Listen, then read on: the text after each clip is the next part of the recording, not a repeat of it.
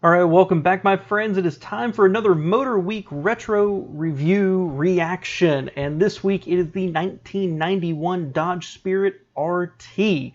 Now, if you have watched my channel before, you know, number one, I love 80s cars. The dorkier and the squarer, the better, and I really liked the Spirit and the Plymouth Acclaim. The last vestiges, the last kicking and screaming of the K-car platform stretched and modified for over 10 years. I think it's really cool, at least the way I remember it. But this is a time in 91 where the GM 10 cars were coming out, and you had the Contour and later cars like the Cloud cars coming out from Chrysler. This, I don't know if it was even really competitive, but I always liked it. Boxy, boxy, boxy. But let's see what Motorweek had to say about it when it was brand new. Is made possible by rockauto.com. Well, hello and welcome again to Motorweek 91. We're glad to have you with us. This is a Dodge Spirit, as nice and sensible a family sedan as one can find. Just the thing for taking the kids to school or packing the family off for a leisurely trip to see Grandma. But what if we told you that this Dodge Spirit can deliver a 0 to 60 time of only 6.2 seconds or a sub 15-second quarter mile? Think you'd be interested? Well, we certainly were.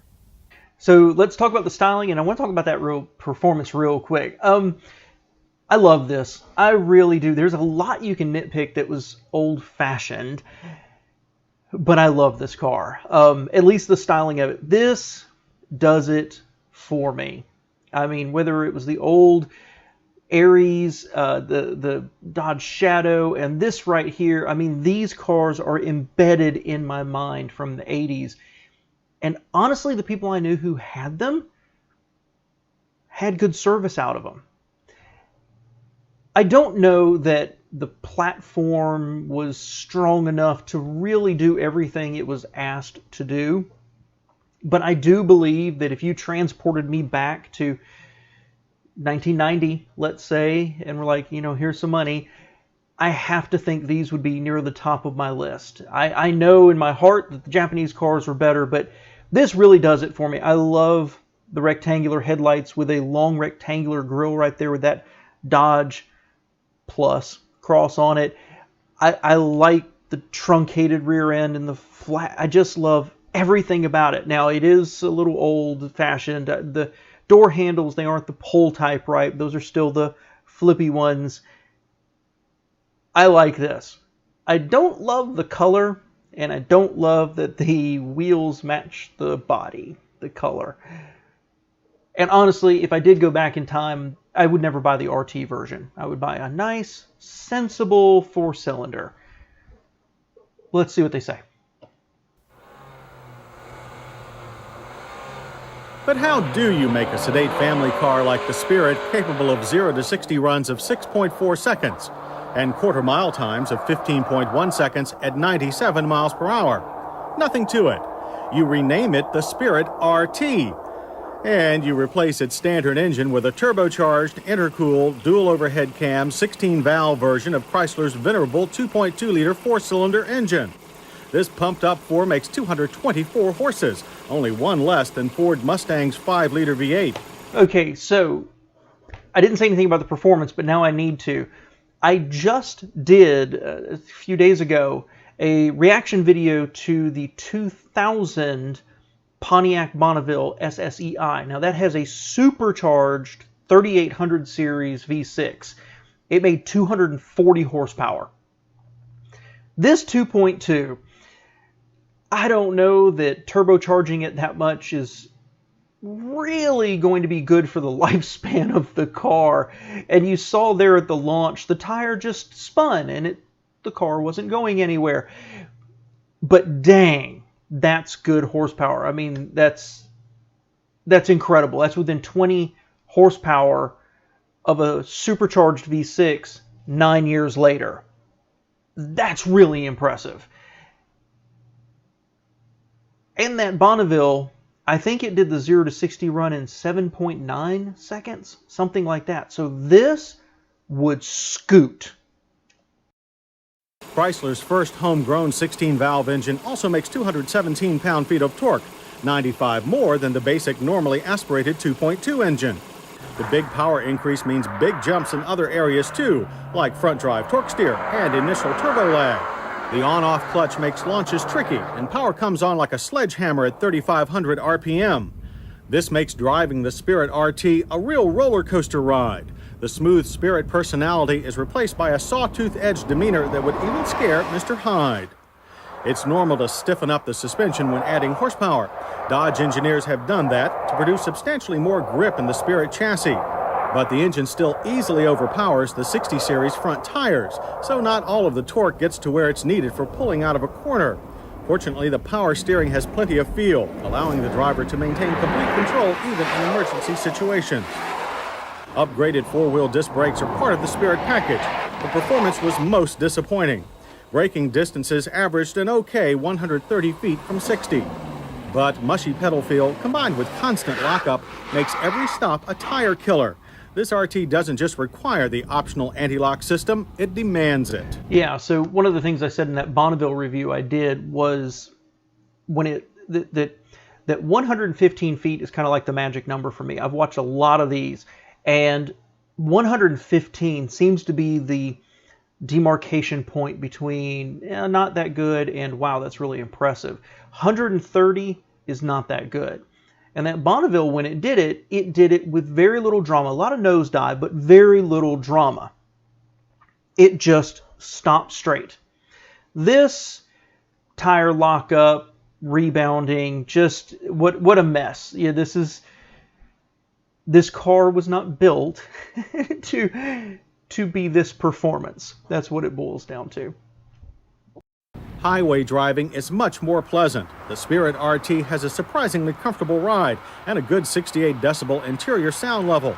Twin engine balance shafts do a good job of keeping four-cylinder vibrations at a minimum. Gas mileage is acceptable for a high-performance car. We got 21 miles per gallon. The EPA's projected range is 19 city, 27 highway. I want to say that's bad, but this is a high-strung turbo engine for more performance, so I won't quite say that's bad. That, heck, from one point of view, that could be pretty good. The RT exterior gets the usual sporty treatment, with plenty of spoilers and minimal chrome, as well as 15-inch alloy wheels with body color accents. But it fails to sufficiently distinguish the RT from the similarly attired and slower Spirit ES. And I'd like to say, I like cars with that almost vertical rear glass. I really do. It's got this little tiny spoiler there that, let's face it, it doesn't quite work, but at least it breaks up some of the right angles back there. And honestly, I can't explain why. I like the taillights. They're nothing special, but vaguely almost the same design language as what Honda Accord went for. I kind of dig it. Not a big fan of the body cladding, but at least it breaks up the door. Square windows and rectangle. Oh, just ooh. The RT's interior is also lifted almost directly from the ES. That's not to say that it's bad, however. Our Spirit has one of the roomiest, most comfortable interiors of any midsize car, with firm, supportive sport bucket seats. Our car came with a set of excellent power seat controls, but the standard tilt wheel and manual adjustments are equally useful. Gauges are clear and comprehensive, providing all of the information that a sport-minded driver might need. An AM/FM cassette deck is standard. Our car came with the optional upgraded Infinity unit. It offers a fine sound and logical controls. Chrysler's usual ventilation controls are also clear and easy to reach. The Getrag 5-speed manual shifter feels a bit rubbery, but hits each gear precisely. No automatic is available for the RT. Rear seat room is generous, as always, with a standard split folding seat back. There's plenty of luggage space, too, thanks to the substantial trunk with its low liftover that makes loading easy. No volume on the trunk. That's a little unfortunate. Interiors, okay. I mean, that's a lot of gray cheap plastic with gray cheap plastic underneath with black in the middle, but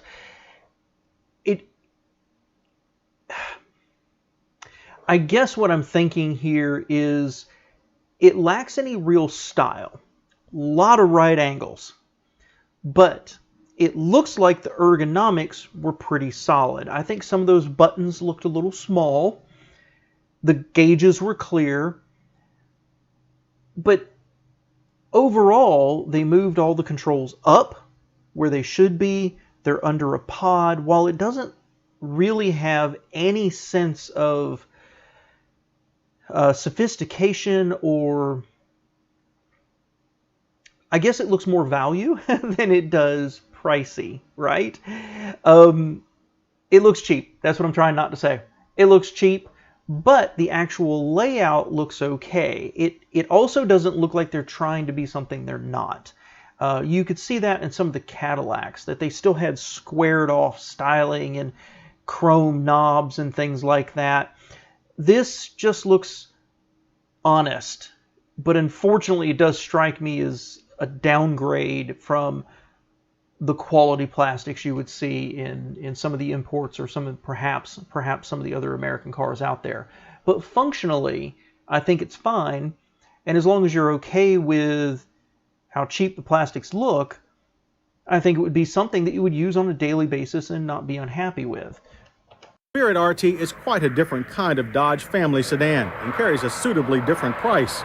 Base is $17,806, while our well-optioned test car comes to $19,629. That's less than you'll pay for a Ford Taurus SHO.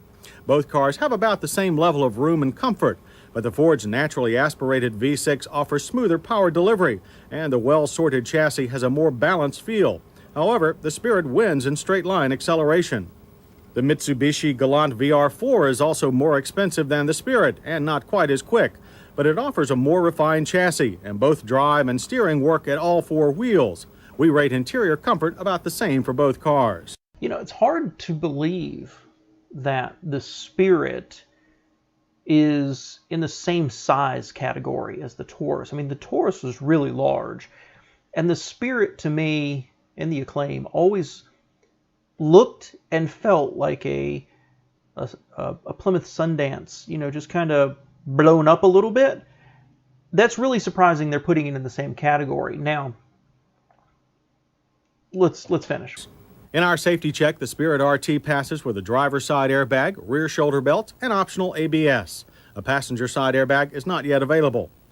Hits for the Dodge Spirit RT include its impressive acceleration, strong cornering grip, and excellent steering feel. It also benefits from the room, comfort, and efficient interior design of the entire Spirit line. Misses include the substantial torque steer and turbo lag. We're also disappointed with the standard non-ABS brakes.